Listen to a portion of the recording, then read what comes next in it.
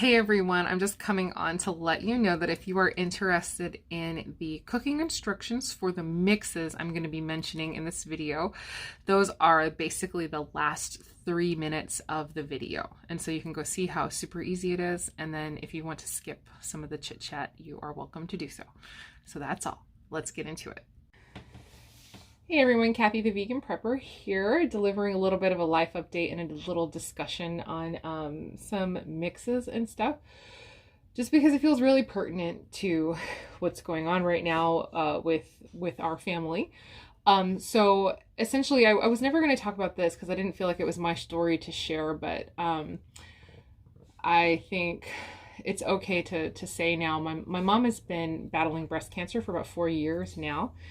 And she's gone through quite a lot this year, major ordeal. She's had 3 surgeries, including a brain surgery, which is her most recent surgery, which is because they have discovered that the cancer metastasized into her brain.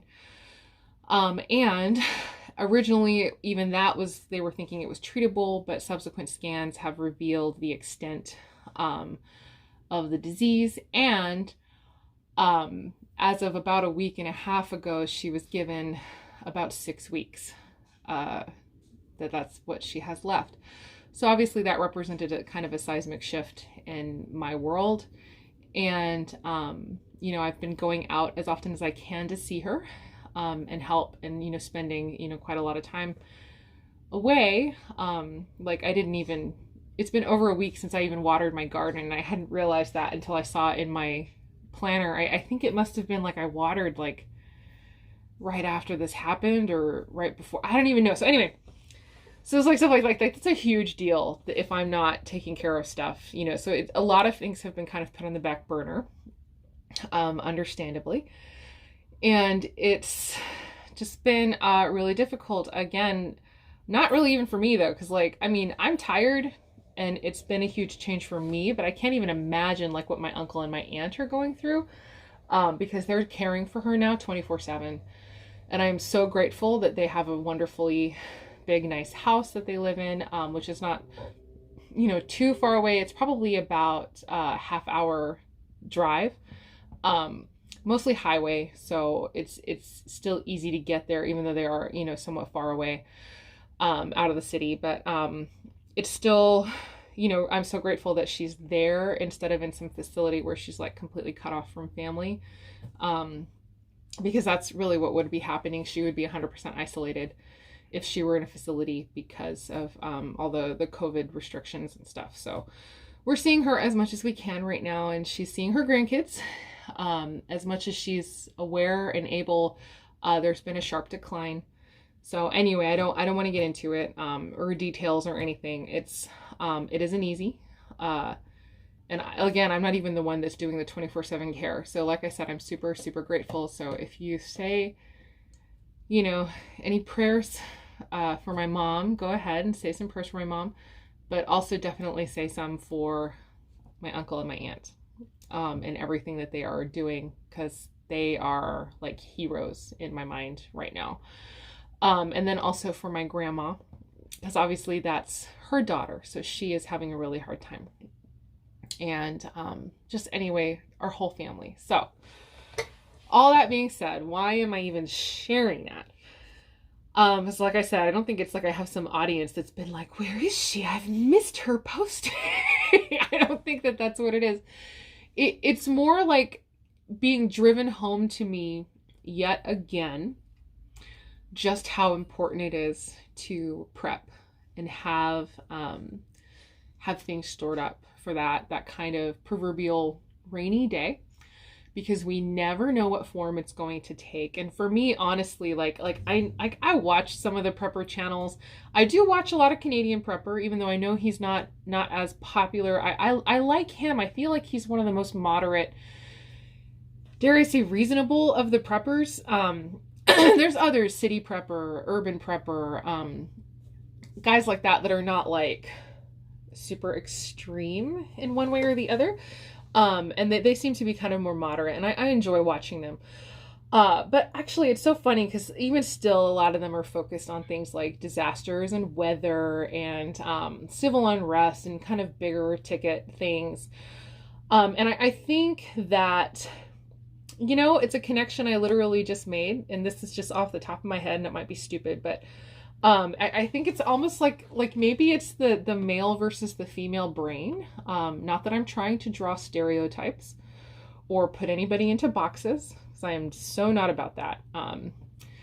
I feel like, men and women can, pretty much do whatever they want, but I do definitely feel like there's biological differences between men and women, and there's definitely overlap. And again, no, not stereotyping or whatever. I'm just saying, if we don't recognize that there's some fundamental psychological differences, I feel like it's hardwired in our biology.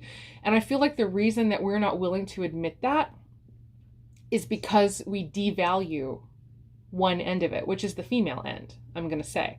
And this is something that I have been really irritated about. Like in movies and stuff, you can't have the woman who's strong in any way other than she's acting like a man. And it's like, why is classic female realm stuff, like taking care of the home and caring for the children and doing all of that, not considered successful? So, oh man, we're going to go on a whole long rant here from the stay-at-home mom, essentially. Like, I'm building a business now, and so it's like I finally have something that I can talk about at a party or whatever. Not that I've been to any parties lately because COVID.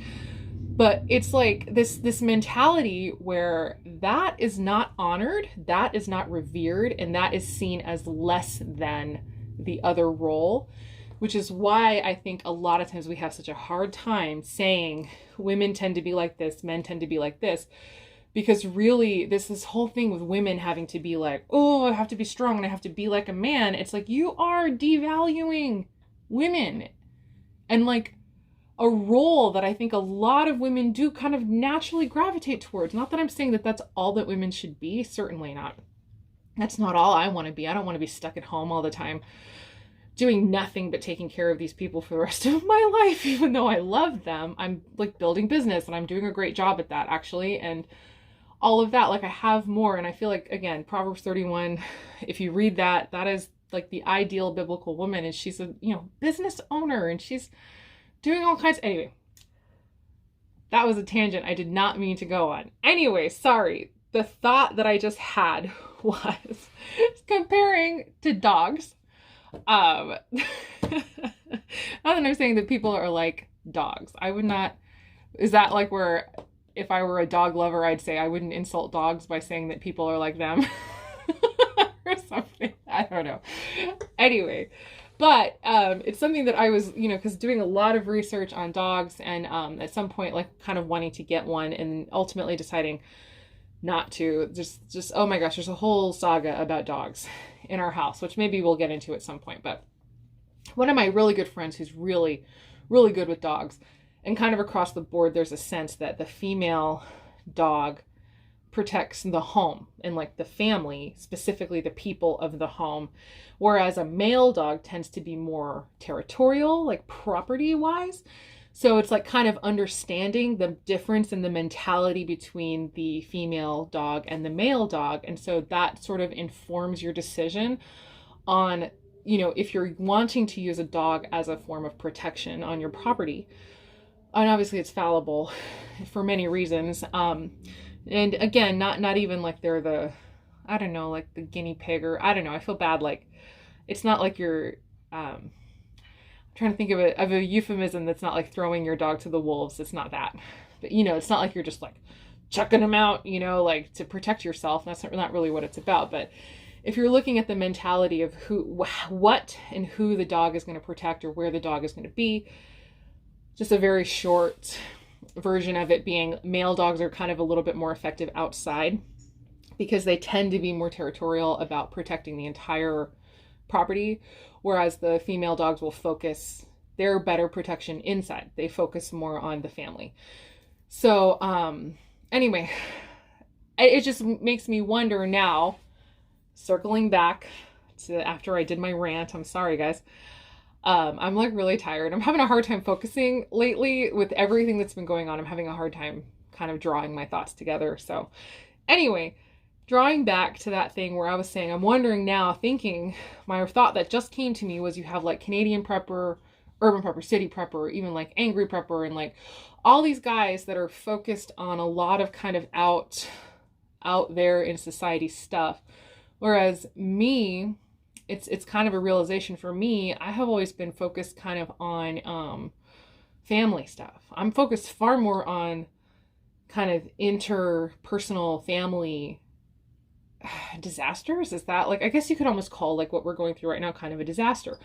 I've been focused more on that and how to care through much more closer to home kind of issues, which I also think are far more likely to occur. Things that we're far more likely to encounter are these kind of closer to home problems. And so I'm wondering if it's like maybe a little bit of a difference. Again, not trying to put anybody into any boxes. Oh my gosh. But it's sort of like a difference between the what we focus on in our brains, if it's almost more of a territorial versus family prepping sense. And I am absolutely 100% focused on my, my family and what we're, what's going on. Anyway, and like the potential issues that could come up much closer to home. So and it's just kind of interesting. I'll think about that. I'll think about that. But I will say it is the second time now in very recent memory that I have been able to be so grateful that I've put stuff up and prepared. The first time was when COVID hit, like really hit. And I had been prepping and stashing for the summer because that is when we have kind of lower income in our house. It's not that we have a seasonal income, but like there is more work in the winter and the fall than there is in the summer for my husband with his particular job. And that's kind of true. Like, it's funny, like a lot of kind of northern states experience the opposite where there's less work in winter. And for us, it's in Arizona, it's summer because summer is only the natives. Well, we're not natives, but only the people who live here all year experience the summer here, right? Like people who just, like the snowbirds who come down only for winter. They're the reason that we make more money in fall and winter. So I'm not necessarily like completely against them, even though I really wish that they would figure out how to drive. But it's not like, I'm not ungrateful for that. But yeah, so we make less money in the summer. So I was prepping for summer, having a huge amount of stashed food so that we could spend as little money as possible during summer and then still, be able to hopefully like afford some activities for the kids and things like that, which of course that didn't happen either. So, and so stashing food, prepping for summer, COVID hits. I was already prepared with a ton of stuff. That was not specific to the situation that actually happened, but we were still set. And I remember just being so grateful that was, happening for us, that we had prepared even for a different thing. And then we ended up being prepared for something else that happened. And so that's what I'm feeling is happening right now. I'm so infinitely grateful that I know that December, especially like kind of late November and early December, is my absolute craziest time of year. Not only is the garden going crazy because this is the time of year that things are actually growing outside. Not that I've been out there taking care of it very much, but with my business, actually, like that's what this is. In case anybody's been wondering, like, what is that thing? This is my ring mandrel. And so this is where I'm like, over here is my firing brick where I have like my torch here. This is for my business. And I fire rings. And then the mandrel is where I hammer them out and then I stamp them with letters, these like kind of really little stackable rings. Anyway, this is not a commercial, but that is what this is for, that this is here for putting the rings on and then doing the hammering. So I'm actually getting ready to do a whole bunch of orders right now. And I had this set up because I have no lighting at night. And I was thinking, oh, maybe I should go ahead and film a video while I have the light set up and I'm, getting ready to go. So my light is all behind me. So if I'm working at night, all I see is my shadow of my head while I'm trying to work. So I have the ring light set up. This is also has been a huge blessing to me during this time because most of the time I work during the day. But lately I've been off visiting my mom, and so I come home and I'm doing all my work at night. So anyway, what was I saying? Super grateful that I'm already prepared for this. Again, something totally different happened that I wasn't planning for, but planning for another thing set me up for this. And so I'm so grateful that I already kind of had that prepping mindset and I was already preparing. And so I have a whole bunch of stuff put up, a whole bunch of stuff prepared, a whole bunch of stuff ready to go, because I was thinking I need fast stuff to make while I am busy with business so my family can still eat. And so I have learned my pressure canner. I've put up pressure canned soups and things like that, which have been really handy. But the thing that's been helping us the most lately are these mixes. And I made like a whole video thing because back when I was making a whole bunch of them for this time coming up, and then I guess just stuff hit. And because even before we got the news about like the last bit of, crazy news about my mom, she had the brain surgery, and I was like visiting her then too, and stuff was kind of ramping up, but it's not as busy as it is now. Anyway, I had made mixes. I made a video all about these mixes. I still need to get this out, but I'm not going to have time to edit and get this out. So I will show you the pasta mix though. Let me show you like an actual thing. So this one happens to be a chili. And these old applesauce jars are like one of the best for this. It's like I have this applesauce jar, and then we have these old pasta sauce jars that are like the best. They hold almost exactly 24 ounces, which is essentially what this is. 3 cups. I mean, 24 ounces by volume, not by weight.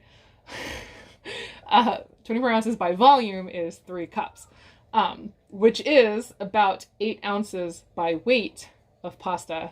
See, we're super confusing, aren't we? Like we should be doing grams and milliliters and stuff, but we don't because we're stubborn. So anyway, this is 3 cups of pasta, which is about 8 ounces. I usually weigh it, but if you want to just measure, you don't have a scale or whatever, it's about 3 cups is 8 ounces.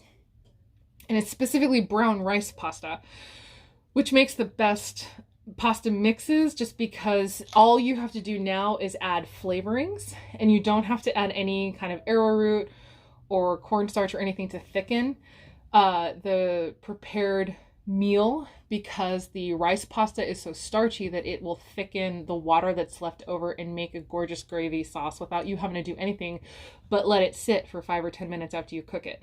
So it'll cook in about 10 minutes, and then you let it sit for 5 or 10 minutes, and then you have a meal. And it's so fantastic. This has been such a godsend to us during this time. And it's like one of those things where it's like, again, just because of everything that we're going through right now, and that's kind of why I want to mention this video, emotionally and mentally. And like I said, like I got to the point where I'm like, what was I doing? And like, I find myself sitting on the couch sometimes just like literally just stop. Like I have to just stop for a second, because it's just, I don't know if anybody has gone through anything like this and you know what I'm talking about. You just get to a point where your brain just kind of is like, we're done for a few seconds. You just need to sit and not do, like, don't even think and not do anything.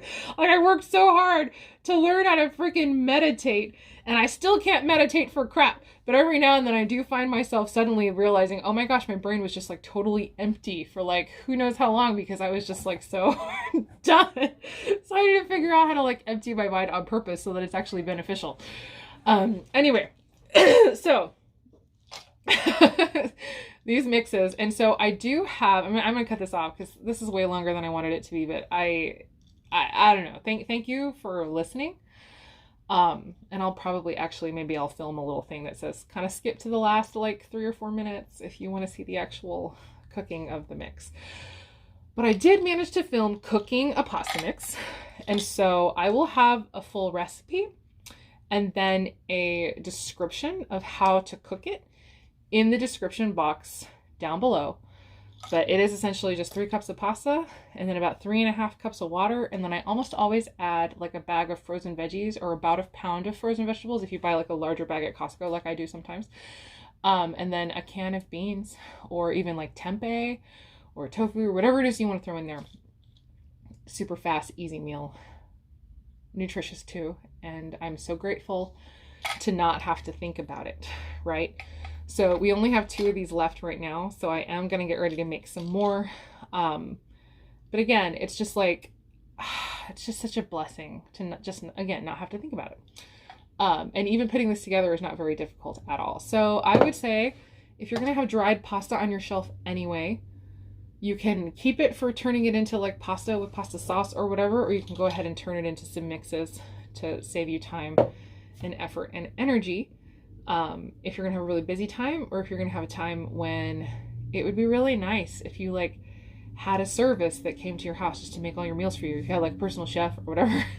And it's just like having a preemptive personal chef on hand almost, because it's so little work. So this is what I want to share because of how much of a difference this stupid little thing is making in my life right now, to be able to still make kind of a nice, fast, nutritious meal for my family.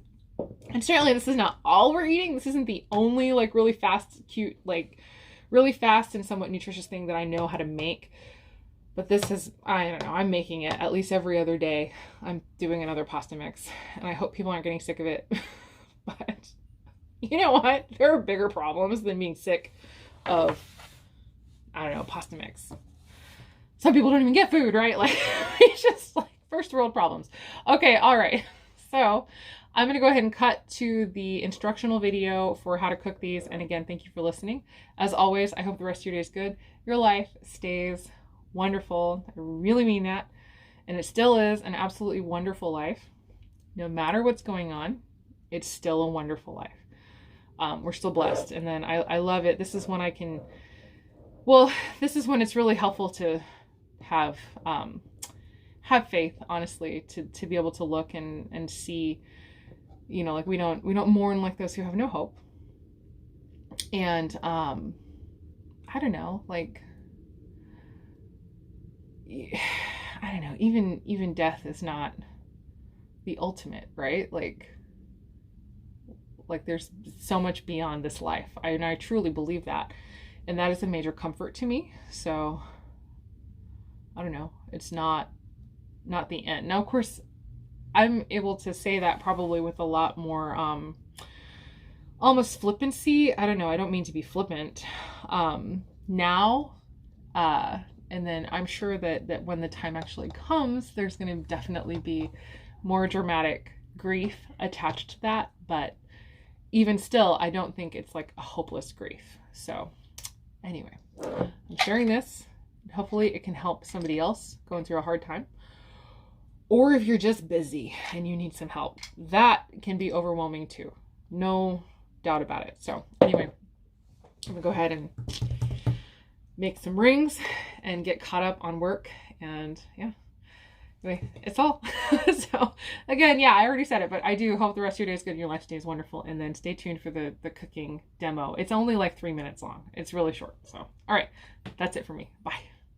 Okay, so I am in the middle of a very busy day and about to make one of the pasta mixes. So here is how, or like exactly what that looks like in real time. So just a second.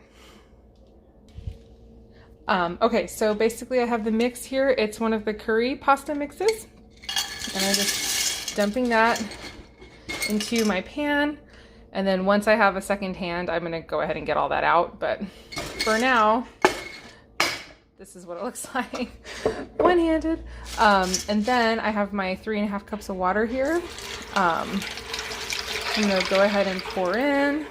And I actually just sort of keep a ball jar near the stove, and that's what I end up using to measure spices and things. And so here I'm stirring the pasta in the water, but now I'm not gonna stir anymore. I'm gonna go ahead and get heat on underneath this. Okay, and so then I'm just gonna go ahead and add my bag of frozen veggies, which I know is not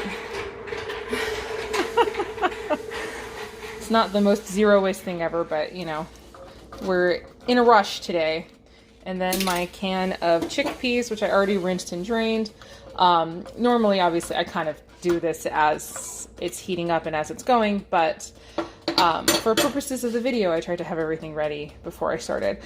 So basically all that remains now is just to let this come to a boil, and then as soon as it comes to a boil, I'll turn the heat down to medium low and simmer it for, you know, 9-ish, 10-ish minutes until the pasta is done. And then it'll be all finished, or it'll need to sit off heat in order to thicken up the sauce, and then it'll be totally done. So that's really all there is to it. You could not ask for like a faster, more convenient meal. And actually, I think I'm gonna go ahead and stop this, and I'm probably gonna go grab some greens and cut some greens up into this while I'm waiting for it to heat up. But yeah, pretty easy. So there you go. All right, this is what it looks like when it first comes off the heat, and you can see it's still pretty thin in there. So basically I will just take this off the burner and let it sit for maybe just 5-ish minutes, sometimes closer to 10, but usually 5 is all it'll take, and then it'll thicken up beautifully and be ready to serve. Okay, so I stirred after about 5 minutes and then 5 more minutes, and it is just 100% perfect, and a gorgeous gravy sauce consistency and just wonderful. And we will, you know, flavor it as needed. If we want to add a little heat, put hot sauce, maybe a little extra salt, some lemon or lime juice. And anyway, it's just a delicious meal. We're gonna go enjoy that now. So yeah, this is a very, very, very simple, easy thing to do. Wonderful for when you don't have a lot of time. So there you go.